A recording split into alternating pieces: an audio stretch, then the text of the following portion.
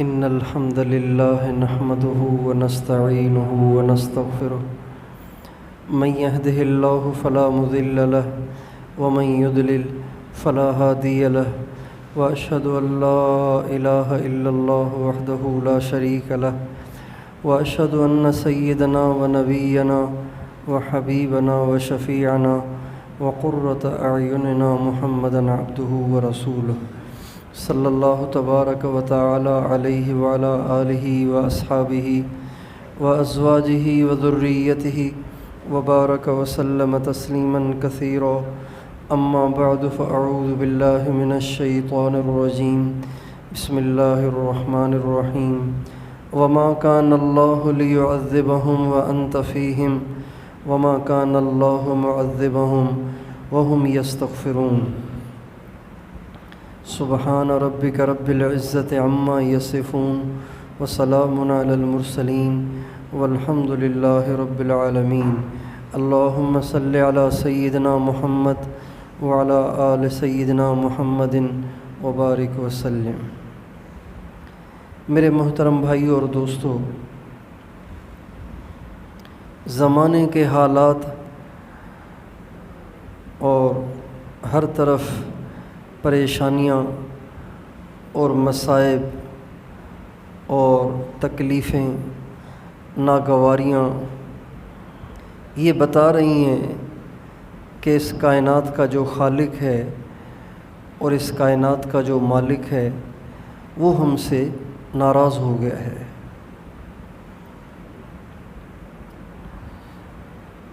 اللہ تعالیٰ جب ناراض ہو جاتے ہیں، اللہ تعالیٰ جب ناراض ہوتے ہیں تو کفار کے ساتھ اللہ تعالیٰ کا معاملہ الگ ہے، مسلمانوں کے ساتھ اللہ تعالیٰ کا معاملہ الگ ہے۔ کفار زنا کریں گے، شرابیں پئیں گے، سور کھائیں گے، بدکاریاں کریں گے، ننگے ہو کر سڑکوں پہ ناچیں گے، اللہ تعالیٰ کی طرف سے ان کی پکڑ نہیں آتی، اس لیے کہ کفار کے لیے اللہ تعالیٰ کا نظام یہ ہے کہ کفار کے لیے یہ دنیا جنت ہے، ان کو سب کچھ یہی کرنا ہے، لہٰذا ان کو کھلی چھٹی مل جاتی ہے، وہ جو چاہیں کریں، اللہ تعالیٰ ان کو ڈھیل دیتا ہے۔ لیکن مسلمانوں کے ساتھ اللہ تعالیٰ کا معاملہ اور ہے۔ مسلمانوں کا معاملہ ایسے ہے جیسے اپنے بچے کے ساتھ ہوتا ہے، اپنے پیارے کے ساتھ ہوتا ہے، استاد کا اپنے شاگرد کے ساتھ ہوتا ہے، کسی بڑے کا اپنے چھوٹے کے ساتھ ہوتا ہے کہ جب وہ غلطی کرتا ہے، نافرمانی کرتا ہے تو بڑا اس کو ڈانٹتا ہے، مارتا ہے اور اس کو تنبیہ کرتا ہے اور اس سے ناراض ہوتا ہے، اس سے منہ موڑتا ہے، اعراض کرتا ہے۔ یہ اپنوں کے ساتھ انسان کا رویہ ہوتا ہے۔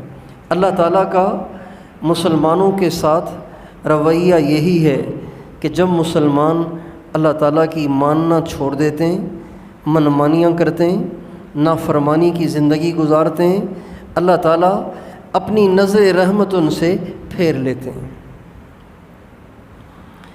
صحابہ کہتے ہیں نبی کریم صلی اللہ علیہ وسلم کی عادت شریفہ یہ تھی کہ جب آپ اپنے صحابہ میں سے کسی سے ناراض ہوتے، اپنے صحابہ میں سے کسی کی کوئی بات آپ کو ناپسند آتی اور آپ اس سے ناراض ہوتے تو آپ پتہ ہے کیا کرتے تھے؟ اعرض عنہ، آپ اس سے منہ پھیر لیا کرتے تھے۔ جب وہ آتا، جب وہ آپ کی مجلس میں آتا تو آپ یوں کر لیتے، وہ سلام کرتا آپ جواب نہ دیتے، وہ ادھر سے آتا آپ چہرے انور کو ادھر کر لیا کرتے تھے، وہ ادھر سے آتا آپ چہرے انور کو ادھر کر لیا کرتے تھے، اور یہ صحابہ کے لیے انتہا درجے کی سزا تھی۔ جب آپ اپنا چہرہ موڑتے تھے، آپ کے چہرے کے تاثرات تبدیل ہو جاتے تھے، تو یوں سمجھیں گویا صحابہ کے لیے قیامت آ جاتی تھی اور وہ بے قرار اور بے چین ہو کر اپنا سب کچھ لگانے اور لٹانے کے لیے تیار ہو جاتے تھے کہ کس طرح آقا راضی ہو جائیں۔ اللہ تعالیٰ کا نظام بھی یہی ہے، جب اللہ تعالیٰ مسلمانوں سے ناراض ہوتے ہیں، مسلمانوں کی حرکتیں غلط ہو جاتی ہیں، مسلمانوں کی حرکتیں خراب ہو جاتی ہیں، ان کے اعمال خراب ہو جاتے ہیں اور وہ گمراہی کے راستے پہ چلنے لگ جاتے ہیں، خواہشات اور نافرمانی کے راستے پہ چلنے لگ جاتے ہیں، پہلا کام اللہ تعالیٰ ان سے نظر رحمت پھیر لیتے ہیں۔ جب نظر رحمت پھیر لیتے ہیں تو زندگیوں میں بے سکونی آ جاتی ہے، اضطراب، بے چینی، پریشانی، زندگی بے لطف ہو جاتی ہے، بے مزہ ہو جاتی ہے۔ سب کچھ پاس ہو کر بھی انسان کا دنیا میں اور دنیا کے ساز و سامان میں اور اپنے گھر میں، اپنے کاروبار میں، اپنے پیاروں میں جی نہیں لگتا۔ یہ اس بات کی نشانی ہے کہ اللہ تعالیٰ نے نظر رحمت کو پھیر لیا ہے۔ اور ایک تو اللہ نظر رحمت کو پھیر لیتے ہیں، اور دوسرا اللہ تعالیٰ پریشانیاں بھیجنا شروع کر دیتے ہیں۔ ایک پریشانی سدھر گئے تو یہ سلسلہ بند ہو جاتا ہے، نہ سدھریں تو ایک اور، اب بھی نہ سدھریں ایک اور، اب بھی نہ سدھریں ایک اور، اب بھی نہ سدھریں ایک اور، یہ سلسلہ چلتا رہتا ہے یہاں تک کہ بندے اللہ پاک کی طرف رجوع کر لیں، یا اسی حال میں پریشانیاں جھیلتے جھیلتے، تکلیفیں اٹھاتے اٹھاتے، تنگیاں برداشت کرتے کرتے مر جائیں۔ اور اللہ تعالیٰ کی طرف سے یہ پریشانیاں، یہ مصیبتیں اور یہ بیماریاں اور یہ تنگیاں، یہ بھی ایک بہت بڑی نعمت ہے۔ نعمت اس وجہ سے کہ جب انسان پہ پریشانی آتی ہے، انسان اللہ کی طرف دوڑتا ہے، اللہ کی طرف دوڑتا ہے تو اچھی بات ہے، اللہ کی طرف جو چیز لے جائے تو وہ تو نعمت ہے۔ اور اگر اللہ پاک کی طرف بندے کا رجوع نہ بھی ہو اور وہ اسی پریشانیوں کو جھیلتے جھیلتے مر جائے تو یہ پریشانیاں اس کے گناہوں کی معافی کا باعث بن جاتی ہیں اور مرتے ہی وہ جنت میں چلا جاتا ہے۔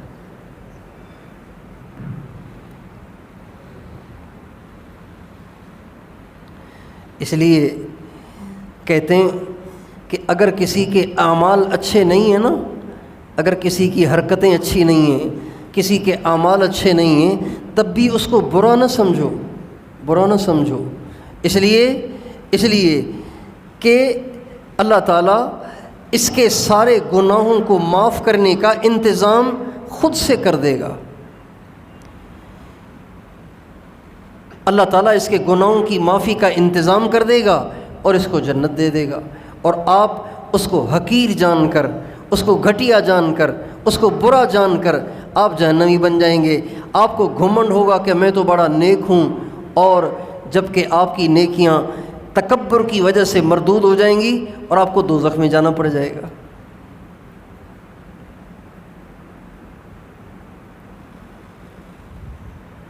دنیا میں آنے والی ہر ناگواری سے گناہ معاف ہوتے ہیں، ہر پریشانی سے گناہ معاف ہوتے ہیں۔ ہمارے نبی کا ارشاد ہے کہ کچھ گناہ انسان کے ایسے ہیں، کچھ گناہ انسان کے ایسے ہیں جو کہ صرف تب معاف ہوتے ہیں جب انسان کو معاشی پریشانی لاحق ہو۔ کچھ گناہ ایسے ہیں جو معافی تب ہوتے ہیں جب انسان کو معاشی پریشانی لاحق ہو۔ کیا مطلب؟ تنخواہ تھوڑی سی ہے، گھر بہت بڑا ہے، اہل و عیال فیملی بہت بڑی ہے، تنخواہ بہت تھوڑی ہے۔ اب کتنی ٹینشن ہوتی ہے، تنخواہ تھوڑی ہو، گھر میں کھانے والے افراد زیادہ ہوں تو ٹینشن ہوتی ہے کہ نہیں ہوتی؟ اس ٹینشن پہ وہ گناہ معاف ہوتے ہیں۔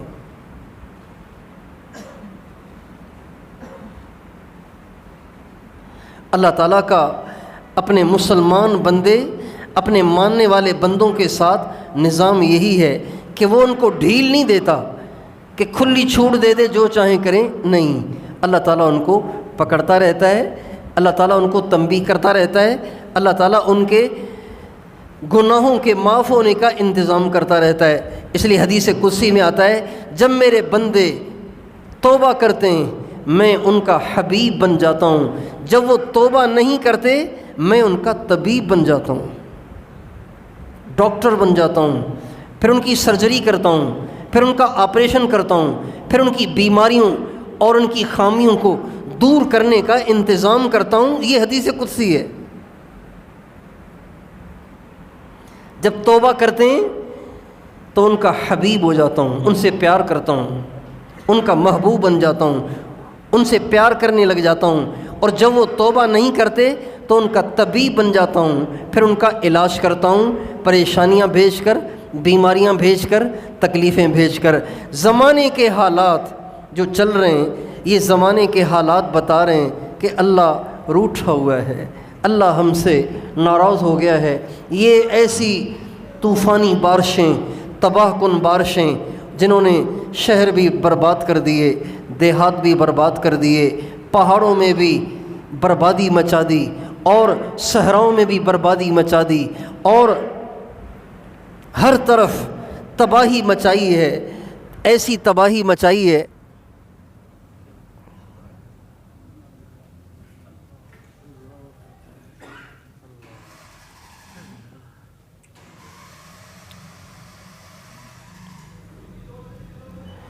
ہر طرف ایسی تباہی مچائی ہے کہ کچھ نہ پوچھیں، فصلیں برباد ہو گئیں،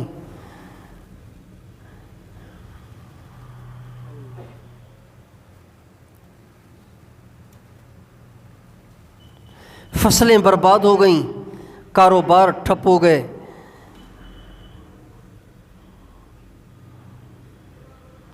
سڑکیں ٹوٹ گئیں، غریب بے گھر ہو گئے، ان کے گھر ٹوٹ گئے، جو ویسے ہی چھپروں میں اور جھوپڑیوں میں رہتے تھے وہ تو بیچارے در بدر ہو گئے، اور مزدور طبقہ فاقے تک ان کی نوبت آ گئی۔ جب ہر طرف پانی کھڑا ہو، بارش ہی بارش ہو، تو مزدوری کہاں ملتی ہے؟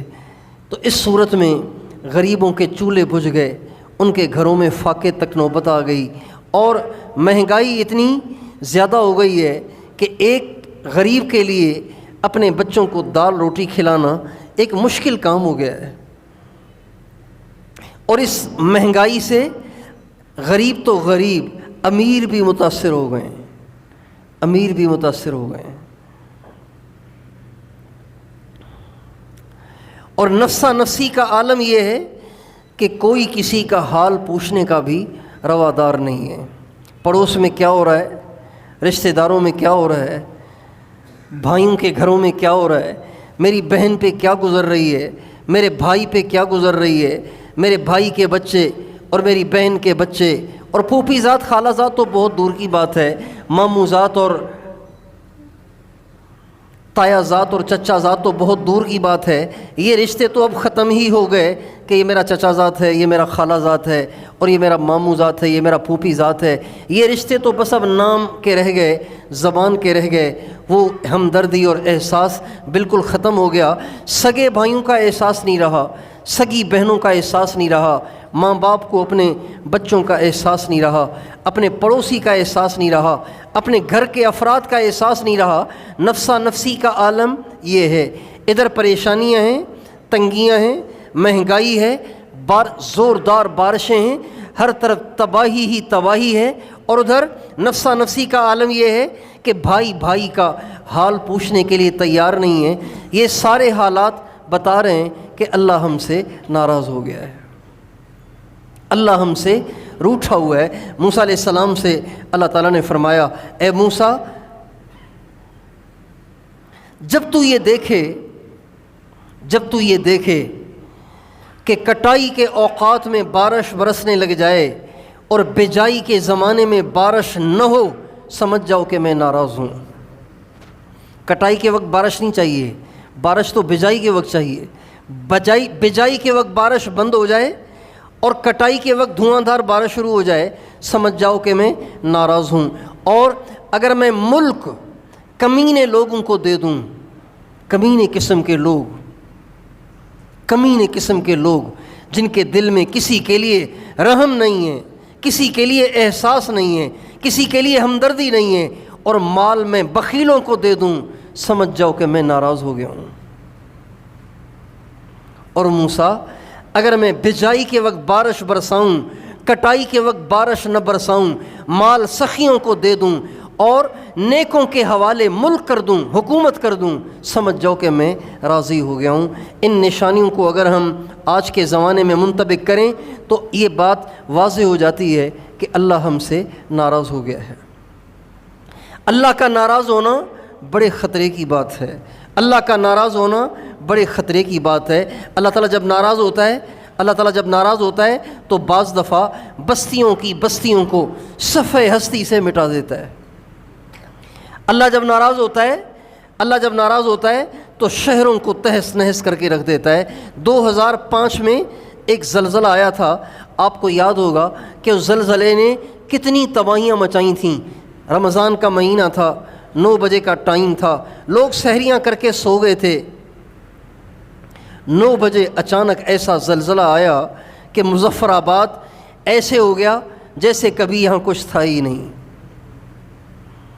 بالا کوٹ کی پہاڑیاں 2 ٹکڑے ہو گئیں اور گھر ایسے چکنا چور ہو گئے جیسے کبھی یہاں گھر بنا ہوا ہی نہیں تھا، اور بعض جگہوں پہ تو زمین پھٹی اور بڑے بڑے پلازے زمین کے اندر چلے گئے۔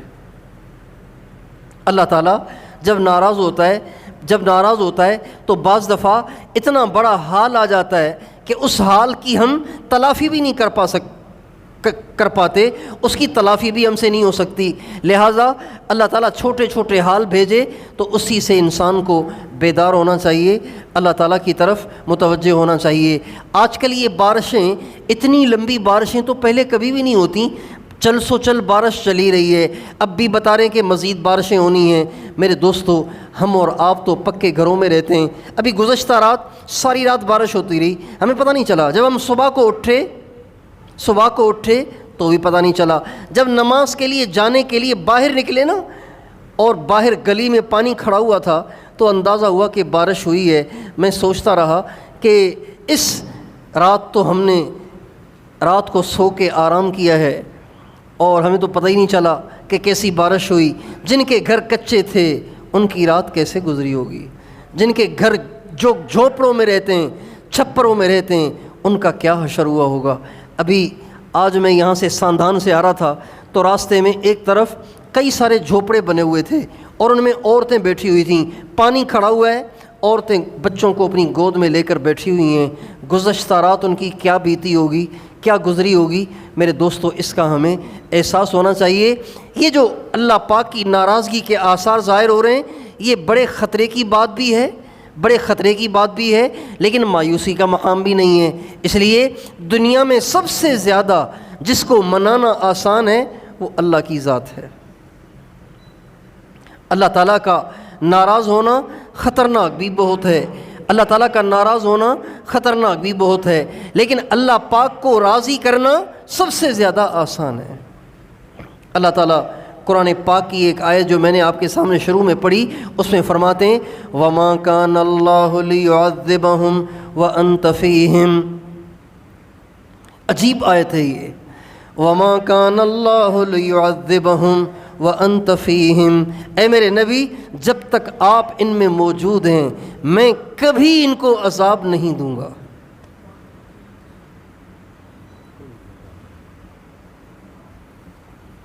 جب تک آپ ان میں موجود ہیں میں ان کو عذاب نہیں دوں گا، کبھی بھی نہیں دوں گا۔ لیعذبہم میں جو لام ہے نا، یہ بتا رہا ہے کہ یہ ہو ہی نہیں سکتا کہ آپ کے ہوتے ہوئے میں ان کو سزا دوں، آپ کے ہوتے ہوئے ان پہ کوئی عذاب بھیجوں، یہ تو ہو ہی نہیں سکتا۔ آگے اللہ تعالیٰ نے بعد کے امتیوں کے لیے بھی ایک بچاؤ کی صورت رکھی ہے۔ اسی آیت کے اندر اللہ فرماتے ہیں وَمَا كَانَ اللَّهُ مُعَذِّبَهُمْ وَهُمْ يَسْتَغْفِرُونَ۔ اور جب آپ دنیا سے پردہ فرما جائیں گے، آپ دنیا سے رحلت کر جائیں گے، آپ اس دنیا سے کوچ کر جائیں گے، تو بھی ایک صورت ہے، اگر وہ یہ اختیار کریں گے میں ان کو کبھی عذاب نہیں دوں گا، اور وہ یہ ہے کہ یہ مجھ سے معافی مانگتے رہیں، استغفار کرتے رہیں، معافی مانگتے رہیں۔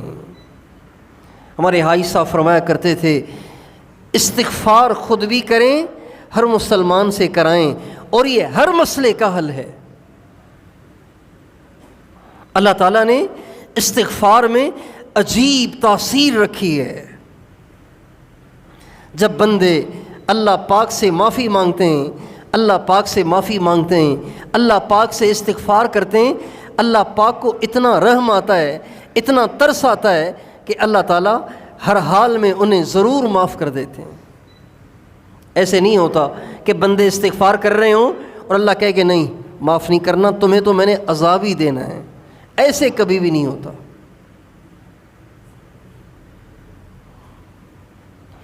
نوح علیہ السلام نے اپنی قوم کو 950 برس تبلیغ کی، 950 برس، ایسے ڈھیٹ، ایسے پتھر دل اور ایسے نافرمان قسم کے لوگ کہ 9.5 صدیاں ان پہ محنت ہوئی، لیکن سدھرنے کا انہوں نے نام نہیں لیا۔ کتے کی دم کی طرح نوح علیہ السلام نے 950 برس محنت کی، لیکن کتے کی دم کی طرح ٹیڑے کے ٹیڑے۔ لیکن ان کو بھی نوح علیہ السلام نے فرمایا استغفروا ربکم انہ کان غفارا یرسل السماء علیکم مدرارا ویمددکم باموال وبنین ویجعل لکم جنات ویجعل لکم انہارا۔ اے میری قوم اب بھی معافی مانگو، اللہ اب بھی معاف کر دے گا۔ یہ نہیں کہ 950 برس تم نے غلط راستہ اختیار کیا ہے، اب اگر معافی مانگو گے بھی نا تو معافی نہیں ملے گی، اب نہیں ملے گی معافی، اب معافی کا دروازہ بند ہو گیا ہے۔ اب بھی نوح علیہ السلام فرما رہے ہیں 950 برس کے سمجھانے کے بعد بھی اب بھی اگر تم سمجھ گئے، اب بھی تم باز آ گئے، اب بھی تم نے اللہ سے معافی مانگی، اللہ تمہیں معاف کر دے گا۔ تو بھائی ہماری عمریں 950 سال تو نہیں ہیں، ہم نے 950 سال تو نافرمانیاں نہیں کی ہیں، ہماری تو عمریں ہی 60 70 80 سال ہیں، اس سے زیادہ تو ہماری عام طور سے عمر ہی نہیں ہوتی۔ چھوٹی چھوٹی عمریں ہیں، تھوڑے تھوڑے گناہ ہیں، اگر ہم سب کے سب اللہ کے سامنے معافی مانگیں، اللہ پاک سے استغفار کریں، خود بھی کریں، سارا گھر کرے، ساری فیملی کرے، مرد عورتیں بوڑھے جوان چھوٹے بڑے سب کے سب اللہ پاک کے سامنے استغفار کریں، تو یہ بارشیں بھی بند ہو جائیں گی، سیلاب بھی ختم ہو جائیں گے، اور فصلیں بھی آباد ہو جائیں گی، اور مہنگائی بھی ختم ہو جائے گی، اور آپس کی نفرتیں بھی ختم ہو جائیں گی، اور یہ بے حسی اور نفسا نفسی بھی ختم ہو جائے گی۔ وہی آپس میں محبتوں والا ماحول، ہمدردی اور خیر خواہی اور احساس والا ماحول اللہ دوبارہ پیدا کر دے گا اگر ہم توبہ کر لیں۔ کتنا آسان ہے۔ اللہ پاک سے معافی مانگنے میں کوئی خرچہ ہوتا ہے؟ حضرت حسن بصری رحمۃ اللہ علیہ کے پاس ایک شخص آیا، کہا جی بڑا گنہ گار ہوں، کیا ہوگا؟ فرمایا استغفار کرو۔ ایک اور شخص آیا، کہا جی فصلیں اجڑ گئیں، بارش نہیں ہے، فرمایا استغفار کرو۔ پانی نہیں ہے، فرمایا استغفار کرو۔ ایک اور آیا، بے روزگار ہوں، بڑی تنگی ہے، پریشان ہوں، کیا کروں؟ کوئی وظیفہ بتائیں، فرمایا استغفار کرو۔ ایک اور آیا، شادی کو اتنا عرصہ ہو گیا ہے، اولاد نہیں ہے، کیا کروں؟ کوئی وظیفہ بتائیے، فرمایا استغفار کرو۔ ایک اور آیا، کہا جی باغات خشک ہو رہے ہیں، کیا کروں؟ کوئی وظیفہ بتائیں، فرمایا استغفار کرو۔ سب کو بتایا استغفار استغفار استغفار۔ ایک شخص بیٹھا ہوا تھا، اس نے کہا حضرت آپ سب کو ایک ہی لاٹھی سے ہانک رہے ہیں، سب کو ایک ہی وظیفہ بتا رہے ہیں، اور کوئی وظیفہ نہیں ہے کہ آپ کے پاس؟ تو فرمانے لگے اپنی طرف سے نہیں بتا رہا ہوں، قرآن سے بتا رہا ہوں۔ اللہ تعالیٰ نے نوح علیہ السلام کے بارے میں فرمایا، نوح علیہ السلام اپنی قوم سے کہتے تھے استغفروا ربکم انہ کان غفارا، اللہ سے معافی مانگو، گناہ معاف ہو جائیں گے۔ یرسل السماء علیکم مدرارا، بارش ہوگی، ویجعل ویمددکم باموال وبنین، اللہ روزگار دے گا، بیٹے دے گا، وَيَجْعَلْ لَكُمْ جَنَّاتٍ وَيَجْعَلْ لَكُمْ أَنْهَارًا، اللہ باغات بھی دے گا، نہریں بھی دے گا۔ یہ سب استغفار پہ اللہ نے بتایا ہے۔ ہمارے نبی کا ارشاد ہے، مَن لَزِمَ الاستغفار جعل اللہ له من كل ضيق مخرجا ومن كل هم فرجا ورزقه من حيث لا يحتسب، جو استغفار کی کثرت کرے گا اللہ پاک اس کو ہر تنگی، ہر پریشانی سے نکال دیں گے، اس کے غم کو خوشی سے بدل دیں گے، اور اس کو وہاں سے روزی دیں گے جہاں سے اس کو گمان بھی نہیں ہوگا۔ کتنے انعامات ہیں اللہ سے معافی مانگنے پہ۔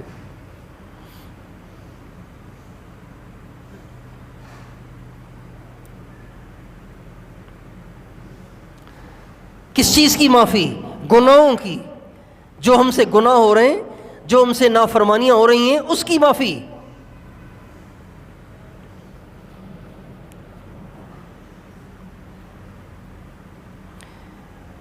ساری پریشانیوں کی جڑ انسان کے اپنے گناہ ہیں۔ آپ دیکھیں کتنی خوفناک بات ہے، کتنی خطرناک بات ہے کہ حالات خراب ہو رہے ہیں اور ہمارے اعمال اور خراب ہو رہے ہیں، ہم اللہ سے اور دور ہو رہے ہیں۔ محرم کا مہینہ آیا، امام حسین کی اتنی دردناک شہادت، پچھلی دفعہ ساری بات تفصیل سے بتائی تھی، لیکن محرم کے مہینے میں بھی نمازیں نہیں پڑھی ہم نے۔ یہ تو سنا کہ امام حسین نے کربلا میں بھی نماز نہیں چھوڑی، میں نے نماز نہیں پڑھی، 90% نے نماز نہیں پڑھی۔ مرد عورتوں کا اختلاط، اور یہ 14 اگست جشن آزادی کے نام پہ کیا کیا بدماشیاں ہوئیں اور کرنے والوں نے کیں۔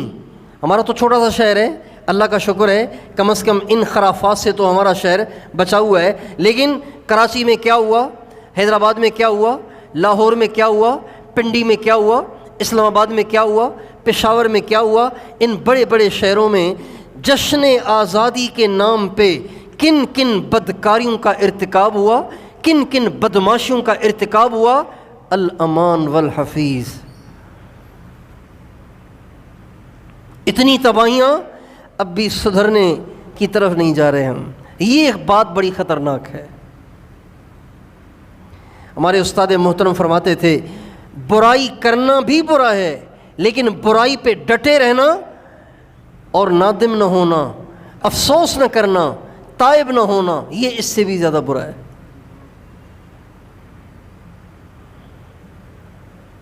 لڑکے لڑکیاں کٹھے ناچ رہے ہیں، لڑکے لڑکیاں کٹھے ہو کے محفلیں سجا رہے ہیں، کیا یہ اللہ پاک کی رحمت کو متوجہ کرنے کے اسباب ہیں؟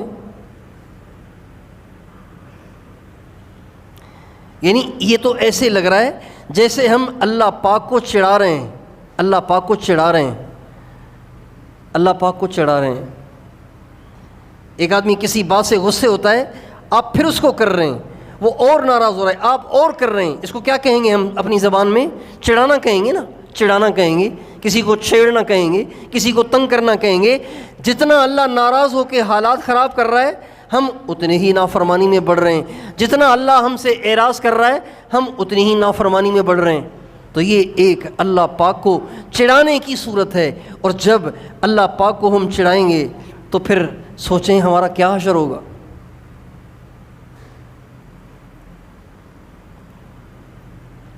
اس لیے میرے دوستو، بڑے خوفناک دور سے ہم گزر رہے ہیں، اس لیے کہ اکثریت نے دین کا راستہ چھوڑ دیا ہے۔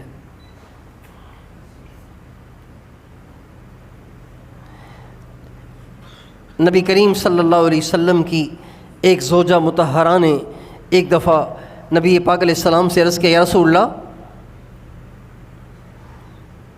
انہلک وفینا الصالحون، کیا یہ ہو سکتا ہے کہ نیک لوگ موجود ہوں پھر بھی عمومی عذاب آ کے سب کو ہلاک کر دے؟ ایسے ہو سکتا ہے؟ نیک لوگ موجود ہوں پھر بھی عمومی عذاب آ کے سب کو ہلاک کر دے؟ ایسے ہو سکتا ہے؟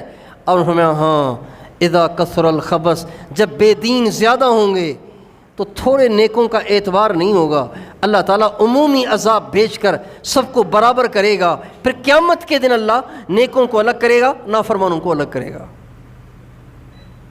اس لیے بہت ڈر لگتا ہے، بہت ڈر لگتا ہے کہ اگر اسی حال میں ہم دنیا سے چلے گئے، اسی حال میں ہم چلتے رہے، اللہ کو مسلسل ناراض کرتے رہے، ہر طرف بے دینی، ہر طرف فحاشی، ہر طرف عریانی، ہر طرف اللہ کے احکام کی خلاف ورزیاں اگر اسی طرح چلتی رہیں تو کیا حشر ہوگا؟ اللہ تعالیٰ کی کسی سے رشتہ داری نہیں ہے۔ مظفر آباد کی زمین اگر ہل سکتی ہے، بالا کوٹ اور بٹل اور بٹگرام کی زمین اگر ہل سکتی ہے تو حالہ بھی ہل سکتا ہے، حیدرآباد بھی ہل سکتا ہے، کراچی بھی ہل سکتا ہے۔ اللہ پاک کی کسی سے رشتہ داری نہیں ہے، جو اللہ کی مانے گا اللہ کی اس پہ رحمتیں ہوں گی، جو اللہ کی نہیں مانے گا اس پہ اللہ کی پکڑ آئے گی۔ اس لیے میرے دوستو، اس وقت سب سے زیادہ شدید ترین ضرورت اس بات کی ہے کہ ہم سب کے سب استغفار کی کثرت کریں،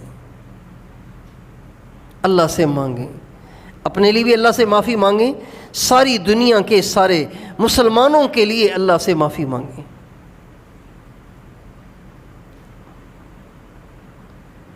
آپ علیہ السلام کا ارشاد ہے کہ جو آدمی روزانہ 27 مرتبہ، کتنی مرتبہ؟ 27 مرتبہ روزانہ سارے مسلمان مردوں اور عورتوں کے لیے اللہ پاک سے معافی مانگے گا تو جتنے مسلمان مرد عورتیں ہیں نا دنیا میں، ان سب کے برابر اللہ اس کو نیکیاں عطا فرمائے گا۔ 27 مرتبہ۔ اور ساری دنیا کے مسلمان مردوں عورتوں کے لیے استغفار کرنے کا طریقہ یہ ہے کہ یوں کہا جائے، اللہم اغفر لی وللمؤمنین والمؤمنات والمسلمین والمسلمات۔ یہ طریقہ ہے استغفار کرنے کا۔ اب یہ جو میں نے دعا آپ کو سنائی نا، اللہم اغفر لی وللمؤمنین والمؤمنات والمسلمین والمسلمات، 27 دفعہ روزانہ کم از کم ہمیں اس کا اہتمام کرنا چاہیے۔ ہم جتنے بیٹھے ہوئے ہیں، اگر ہم روزانہ 27 دفعہ اللہ تعالیٰ کی منت کریں گے، یا اللہ مسلمان مردوں کو بھی معاف فرما، مسلمان عورتوں کو بھی معاف فرما، ہر ایک 27 دفعہ کہے گا، پتہ نہیں کس کا کہا اللہ کو پسند آ جائے، اللہ امت مسلمہ کی بخشش فرما دے۔ جب امت مسلمہ کے گناہ معاف ہو جائیں گے تو عذاب بھی ٹل جائیں گے۔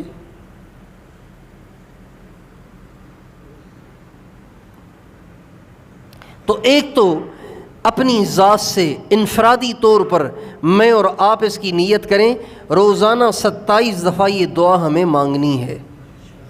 مانگیں گے انشاءاللہ، ساری دنیا کے مسلمان مردوں عورتوں کے برابر آپ کو نیکیاں الگ ملیں گی، اور آپ کی دعا اگر قبول ہو گئی تو دنیا کے مسلمان مردوں عورتوں کی بخشش ہو کر حالات بھی تبدیل ہو جائیں گے۔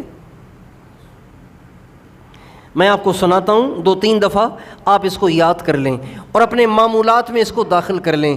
اللہم اغفر لی وللمؤمنین والمؤمنات والمسلمین والمسلمات۔ آسان ہے نا؟ اللہم اغفر لی وللمؤمنین والمؤمنات والمسلمین والمسلمات، اللہم اغفر لی وللمؤمنین والمؤمنات والمسلمین والمسلمات۔ یہ دعائیں مانگنے والا ایک تو ساری دنیا کے مسلمانوں کے برابر اس کو نیکیاں ملیں گی، اور اس کی برکت سے اللہ پاک اس کی ہر دعا کو قبول بھی کرے گا، اس کی برکت سے۔ یہ اتنا بڑا عمل ہے۔ اللہم اغفر لی وللمؤمنین والمؤمنات والمسلمین والمسلمات۔ اور اس میں اگر آپ صرف زندوں کی نیت کریں گے تو صرف زندوں کے برابر آپ کو اجر ملے گا۔ اگر آپ اس میں ساری دنیا کے ان مسلمانوں مردوں عورتوں کی بھی نیت کریں گے جو دنیا سے چلے گئے تو ان کی بھی نیکیاں ملیں گی آپ کو قیامت تک۔ آدم علیہ السلام سے لے کے اب تک جتنے دنیا سے چلے گئے مسلمان مرد عورتیں، ان سب کی نیت کریں گے تو ان سب کے برابر اجر ملے گا۔ اور آپ کی دعا سے پتہ نہیں کتنے قبر والوں کی بخشش ہو جائے گی، کتنے قبر والوں کی قبریں جنت کا باغ بن جائیں گی۔ ایک تو اس کا ہم اہتمام کریں۔ دوسرا کام یہ کریں کہ ہم اپنے گھروں میں اجتماعی طور پر گھر کے سارے افراد جمع ہو کے بیٹھ جائیں اور 10 منٹ 15 منٹ 20 منٹ آدھا گھنٹہ جتنی اللہ توفیق دے بیٹھ کے استغفار کریں ساری امت کی نیت سے۔ سارے بیٹھ کے اللہ تعالیٰ سے استغفار کریں، لا الہ الا انت سبحانک انی کنت من الظالمین، یہ استغفار ہے۔ اور استغفر اللہ ربی من کل ذنب واتوب الیہ، یہ بھی استغفار ہے۔ استغفر اللہ الذی لا الہ الا هو الحی القیوم واتوب الیہ، یہ بھی استغفار ہے۔ جو استغفار آپ کو اچھا لگے، آسان لگے، جس کو پڑھنے میں زیادہ لذت آئے، مزہ آئے، اس استغفار کو لے کے سارا گھر جمع ہو کے بیٹھ کے آپس میں پڑھے اور نیت سارے مسلمانوں کی کریں۔ اس استغفار کا نتیجہ کیا ہوگا؟ ایک تو یہ ہوگا کہ اللہ تعالیٰ آپ کے گھر کو تنگی سے بچائیں گے، بے روزگاری سے بچائیں گے، پریشانیوں سے بچائیں گے، مصیبتوں سے بچائیں گے، آپس کی لڑائیوں سے بچائیں گے، اچانک کے حادثات سے بچائیں گے، اور اس کی برکت سے اللہ پاک امت کے لیے بھی آسانیاں فرمائیں گے۔ بھئی آسان ہے مشکل ہے؟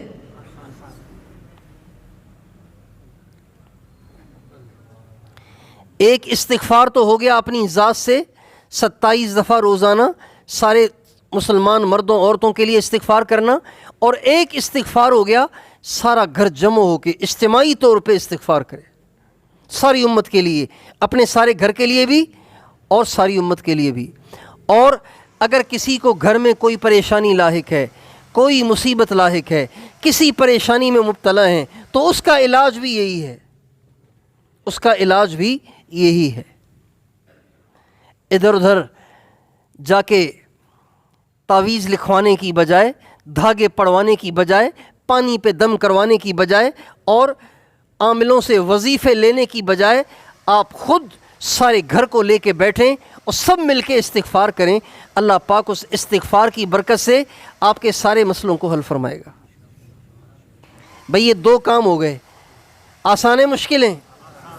اپنی ذات سے سارے مسلمانوں کے لیے استغفار کرنا ہے 27 دفعہ، اللہم اغفر لی وللمؤمنین والمؤمنات والمسلمین والمسلمات، ایک عمل یہ ہو گیا، اور ایک عمل سارا گھر بیٹھ کے اپنے لیے، سارے گھر کے لیے، ساری امت مسلمہ کے لیے استغفار کریں، اجتماعی طور پہ بیٹھ کے کریں۔ اور تیسرا کام ہر مسلمان پہ محنت کر کے اس کی ذہن سازی کریں اور اس کو اس بات کا احساس دلائیں کہ اللہ ہم سے ناراض ہو گیا ہے۔ ہماری کم قسمتی یہ ہے کہ جب ہم پہ پریشانیاں آتی ہیں، مصیبتیں آتی ہیں، تو ہم سمجھتے ہیں کہ یہ زمانے کے اتار چڑھاؤ ہیں، یہ زمانے کا دستور ہے، اور یہ زمانے میں ہوتا رہتا ہے۔ فلاں سال میں 10 سال پہلے نہیں بارشیں بہت زیادہ ہوئی تھیں، تو بس ایسے ہی اب بھی زیادہ ہو رہی ہیں۔ وہاں بھی نہیں زلزلہ آیا تھا، لہٰذا یہاں بھی آ گیا ہے۔ کہتے پلیٹیں ٹکرا گئی تھیں اس لیے زلزلہ آ گیا تھا۔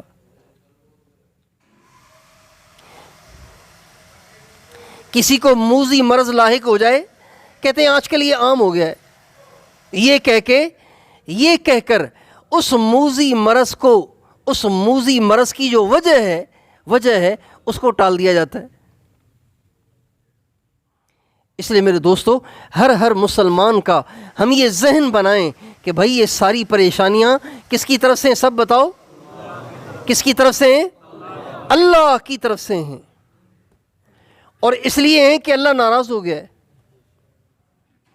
مجھے بتائیں، بلوچستان میں جو اتنے گھر گر گئے اور اتنے لوگ سیلاب میں جن کی لاشیں بہہ گئیں، بچوں کی لاشیں بہہ گئیں، کیا اللہ ظالم ہے؟ اللہ فرماتے ہیں وَمَا اللَّهُ يُرِيدُ ظُلْمًا لِلْعِبَادِ، اللہ اپنے بندوں پہ ظلم نہیں کرتا۔ وما ربک بظلام للعبید، اللہ اپنے بندوں پہ ظلم نہیں کرتا۔ وما کان اللہ لیظلمہم ولکن کانوا انفسہم یظلمون، اللہ نے بندوں پہ ظلم نہیں کیا، بندوں نے اپنی جان پہ ظلم کیا ہے۔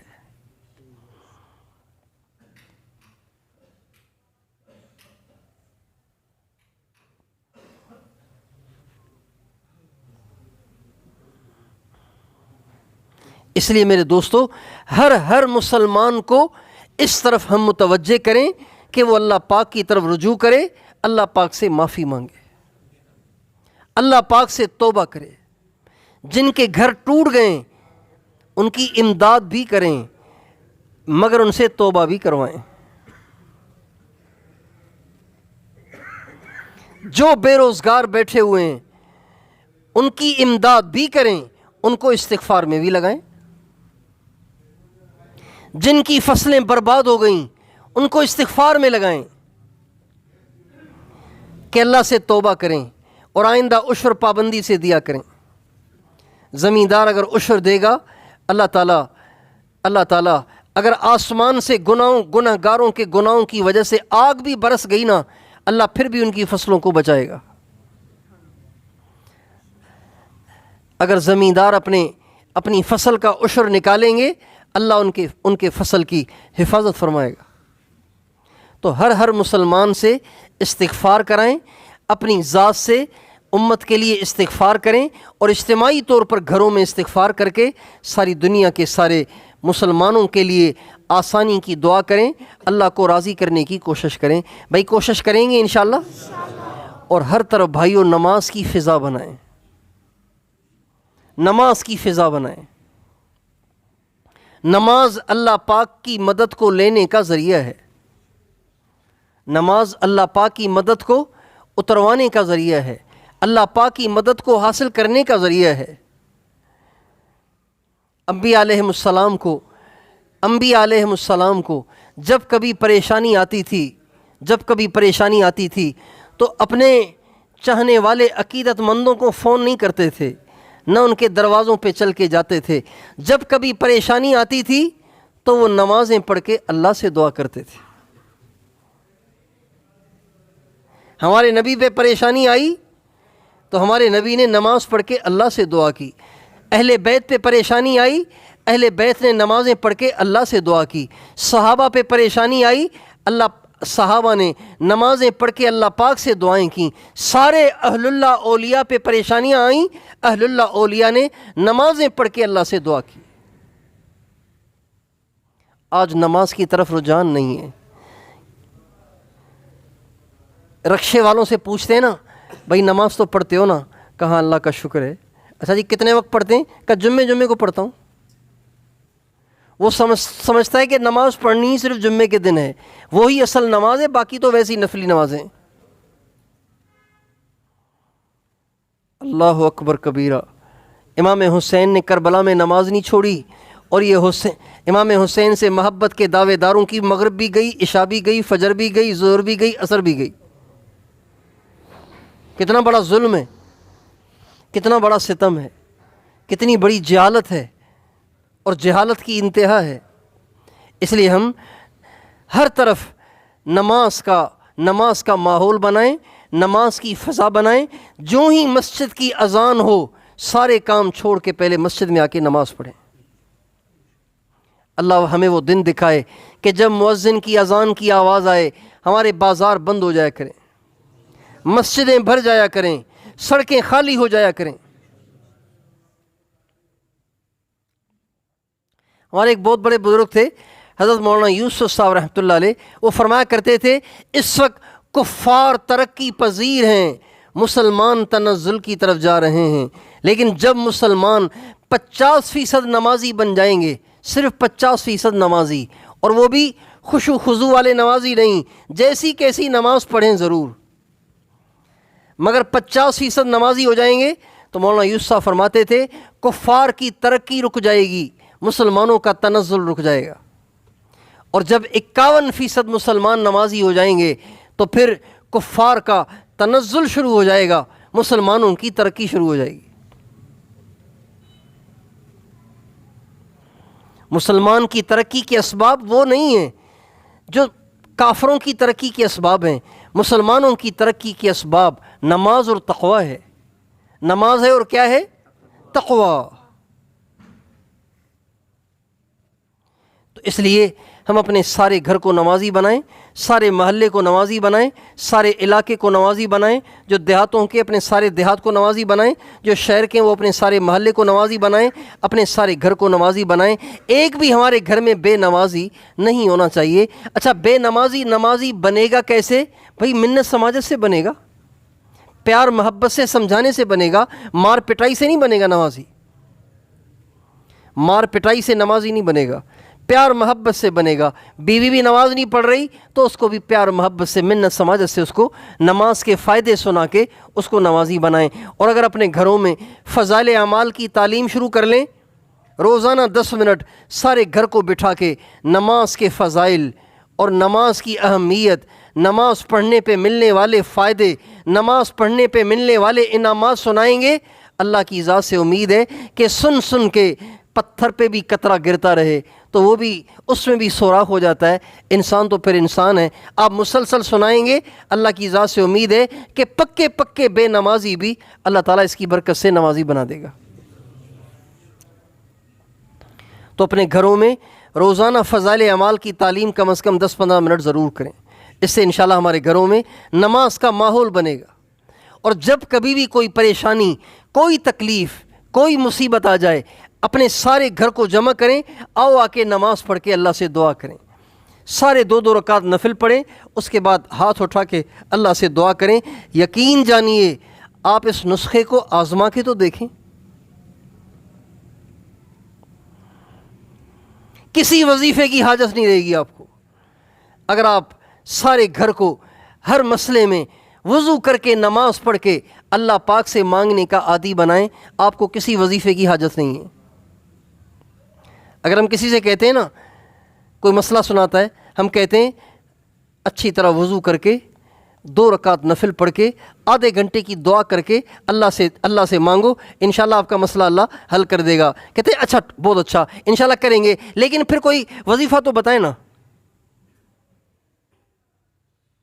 پتہ نہیں ایسا وظیفے کا کوئی بھوت سوار ہو گیا ہے کہ ہر کام کو وظیفے کے ذریعے سے ہی حل کرنے کا شوق رہتا ہے۔ نہیں میرے دوستو، پریشانی میں میرے نبی نے کیا کیا ہم وہ کریں گے۔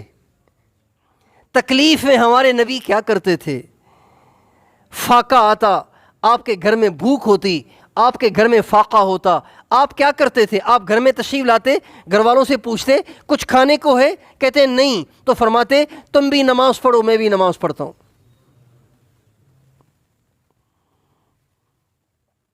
جب گھر میں تنگی آتی تو آپ خود بھی نماز پڑھتے، گھر والوں سے بھی نماز کا کہتے، حالانکہ آپ کے گھر میں کوئی بے نمازی تو نہیں تھا، لیکن پھر بھی آپ کہتے اور نمازیں پڑھو اور اللہ سے دعا کرو۔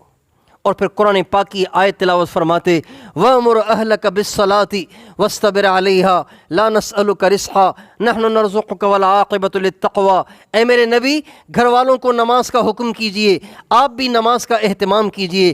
ہم آپ سے روزی کموانا نہیں چاہتے، روزی تو آپ کو ہم دیں گے۔ تو بھئی اپنے گھروں میں ہر حال، ہر مصیبت، ہر تکلیف، ہر پریشانی میں اپنے گھروں میں نماز کی طرف متوجہ ہونے کا ماحول بھی بنائیں گے انشاءاللہ۔ اللہ تعالیٰ مجھے اور آپ کو توفیق عطا فرمائے اور